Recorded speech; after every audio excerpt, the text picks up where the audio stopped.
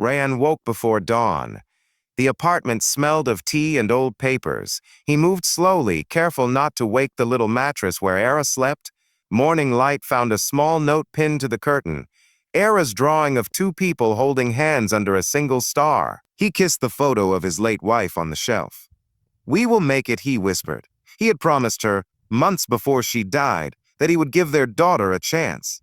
He worked 2 jobs, one through the night as a janitor at a hospital, the other at a crowded cafe during the day. His hands were calloused. His smile was patient. Era woke to the sound of his voice. She climbed onto his lap and asked for school. He forced a grin and said, "Not yet, Habibi, not yet." His pocket held a list of bills and a crumpled application to a better school. He had circled one line, scholarship. He had not told Era about the application. He did not want to carry more fear into her tiny frame. He left for the night shift carrying the same metal lunchbox his wife used to fill. The hospital smelled like bleach and sleep. He wiped floors with a rhythm he had learned from exhaustion. He listened to the monitors and imagined a future where Era studied in a bright classroom. He scribbled notes on a napkin during breaks, names for her, promises to himself. At the cafe, he served strangers coffee with a soft apology for the wait. People came and went like weather. Mr. Zaiden came in often. He wore quiet suits and an indifferent smile. Once he spilled coffee on Rayan's sleeve and said, "You should aim higher." The words landed like a stone. Rayan swallowed them and kept working. He never asked for pity. Era watched him from behind the counter sometimes. She would draw tiny suns on takeaway cups. She hid coins in her pillow. At night, she would place a small paper star beside his journal. "For luck," she said. Rayan read her notes in secret. His heart split between pride and a tiredness that never left. One evening, as rain patted the window, Era overheard him talking to a framed photograph. "Just 1 year," he said. "Just 1 more year and I'll save enough." She did not understand time, only the weight in his voice. She understood promise. That night she opened her small pencil box. She decided to make a plan. She drew a house with a tall gate. She drew her father in a blue uniform and a cape that fluttered. She labeled the house school and the word promise beneath it. She practiced folding coins into tiny envelopes. She rehearsed a small speech. "This is for Baba." Her hands trembled with a seriousness no child should carry. Then she hid the envelopes inside an old shoebox under her bed and hoped with all. Rayan's days blurred into one long effort. Nights at the hospital, mornings at the cafe. His uniforms changed, but the ache did not. He kept a neat list of tasks and a secret file labeled Era, with every note about scholarships and interviews. He slept in scraps of time, holding the thought of her future like a warm stone. One morning, a wealthy man entered the cafe. His shoes were polished to a mirror shine. He ordered coffee with a voice that skimmed lines. He watched Rayan as if counting mistakes. When a tray slipped, the man sneered and said aloud, "Why serve when you could aim for more?" The room tightened. Rayan's face stayed composed. He apologized and cleaned the spill. The insult did not fall only on him. It landed on every tired soul who had been told to stay small. That evening, back at their tiny apartment, Era saw the bruise of shame in his eyes. She asked, "Did they say something about me?" He kissed her hair and said, "They're noisy today." He didn't want her to carry the sting, but the words echoed in their small kitchen. At school, Era's teacher announced a contest, "Draw your hero." Era's teacher smiled when she rang the bell. The children cheered. Era listened, her pencils already in her mind. She wanted to show her father not as tired, but as brave. She began to plan in secret. She drew Rayan in 2 uniforms. She drew him smiling under a star. She wrote a tiny caption, "My hero has 2 jobs and 1 dream."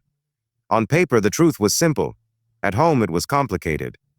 Rayan found coins missing from a jar. He discovered folded notes under Era's pillow. She had placed them there like secret offerings. He opened the notes. Era's handwriting was small and firm. For school, she had scrawled. He felt a swell of pride and terror. He could not tell her he was scared. Then the world around them shifted. The teacher posted the winning drawings on a small community page. One parent photographed Era's work and wrote the caption exactly as the child had. The post was modest at first. A few likes, a couple of comments. But then the pattern of the internet took hold. Strangers shared the post. People noticed the dignity in the lines. They noticed the caption. Notifications started to ping. Era pulled a coin from her envelope and held it up, proud and small. Rayan checked his phone and felt his heart accelerate. What happened next? He whispered. He did not know yet that the coin of small kindness had started a tide. Rayan scrolled. The post had reached a man who often sat in his corner booth. Mr. Ziden saw the face and paused. He recognized someone he had dismissed. A small shame touched him, brief and unexpected. The night felt thinner, as if it might tear open and change. The post did what posts sometimes do. It moved, from a classroom board to a neighborhood feed and then into wider hands. Notifications became a river. People wrote messages, "He deserves better." This is the real hero. The rhythm of strangers' empathy lifted them in a way the family had not known. Early one morning, Rayan's phone rang with an unfamiliar number. He almost let it go. He answered, voice low. On the line was a representative. "Mr. Ziden would like to speak," she said. Rayan's chest tightened. He remembered the spills in the words. He thought it must be a prank. They arrived at a glass building that scraped the sky. Era held his hand like an anchor. Cameras were not expected, but there were lights. Mr. Ziden stood at the head of a long room. He was not the same man who had mocked a waiter. He looked different in the bright room. He looked like a man who had read a sentence that made him rethink himself. He apologized first. Not a quiet apology, but one that asked for forgiveness in public. "I was wrong," he said. "We forget the people who keep our cities running." He turned to Rayan and said, "You should have been afforded more than a smirk. Please accept my apologies." Then he did something unexpected. He folded a paper and slid it across the table. "This is a scholarship for Era," he said. "And a steady job for you," the room exhaled. Era burst into a sob that was half laugh. Rayan found himself speechless.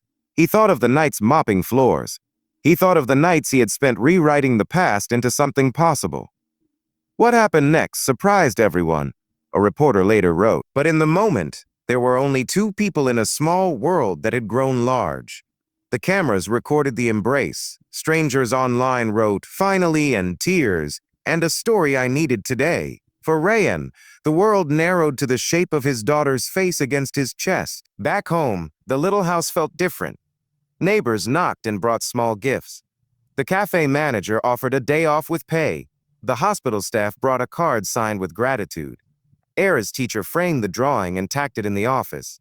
The star in the picture seemed to glow, but life would still need tending. Bills existed. School forms demanded signatures. There were meetings to attend and schedules to rearrange. The tide of money and praise could not replace ordinary responsibility. Rayan stayed awake that night, counting the ways to stay steady. He promised himself to keep humility and to teach Era what kindness truly meant. He made a small plan. Enroll Era, save carefully, and never let pride block their quiet dignity always. A year passed in small, steady steps. New backpacks replaced old ones. Rayan went to parent-teacher meetings with a quiet, surprised pride. He learned the school's schedule and sat in the back at Era's recitals.